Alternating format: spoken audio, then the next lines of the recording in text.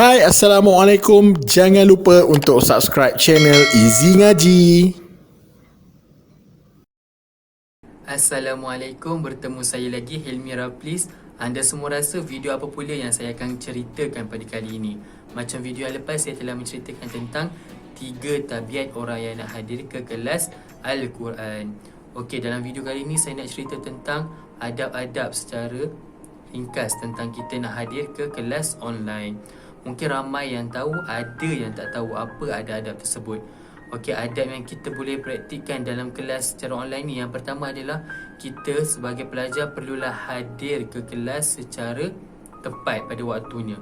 Okey, misalnya macam hari ni lecturer dah bagi kita timetable, jadual. Esok kelas ni mula pukul berapa, esok kelas ni mula pukul berapa.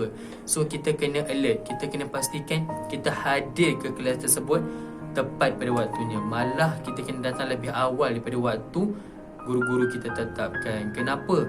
Kita sebagai pelajar, kita perlulah hadirkan diri dahulu sebelum guru kita.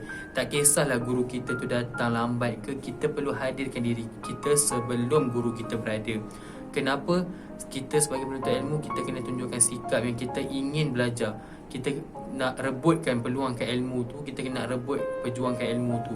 So kita sebagai pelajar perlulah hadir ke kelas secara tepat pada waktunya. Adab yang seterusnya adalah kita perlulah ada dalam keadaan yang sedia. Mungkin ramai yang student-student sekarang ni mungkin pergi kelas online, diorang dalam keadaan tak sedia. Misalnya mungkin belum mandi dan sebagainya. Kita perlu hadir ke kelas ni secara kita sudah bersedia. Misalnya bangun awal, kita selesaikan apa yang patut. Misalnya mandi, bersihkan diri. Kita bersihkan diri. Janganlah kita dalam keadaan yang comot dan sebagainya. Kenapa? Bila kita berada dalam vibe yang negatif, itu menyebabkan kita punya ilmu tu tersekat. Sebab kita dalam keadaan yang tidak sedia, kita dalam keadaan yang kusuk masai, dalam keadaan yang tidak sedia. Sebab itulah kita perlu bersiap sedia.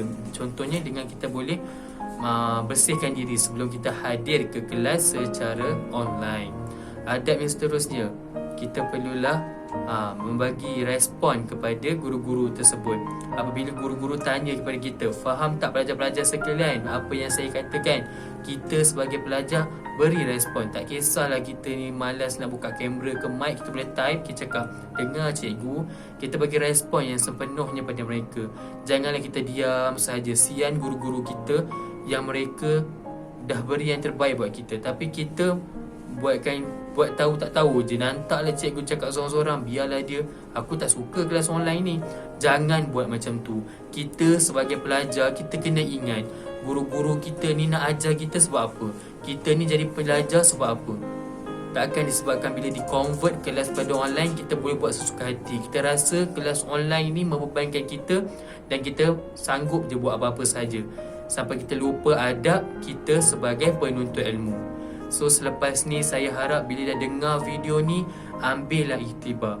Selepas ni datang kelas secara online, niat kerana Allah, kita nak belajar.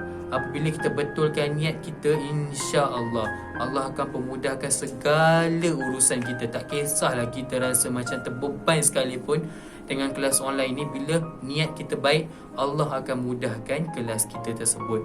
Ingat, sekarang ni memang kita diduga dengan pelbagai cabaran, tetapi takkan kita nak tinggal adab kita semasa kita berhadapan dengan guru. Misalnya dulu kita seorang yang beradab bila kita kelas secara fizikal, tetapi bila di-convert ataupun ditukar kelas secara online, kita rasa kita dah pandai sangat.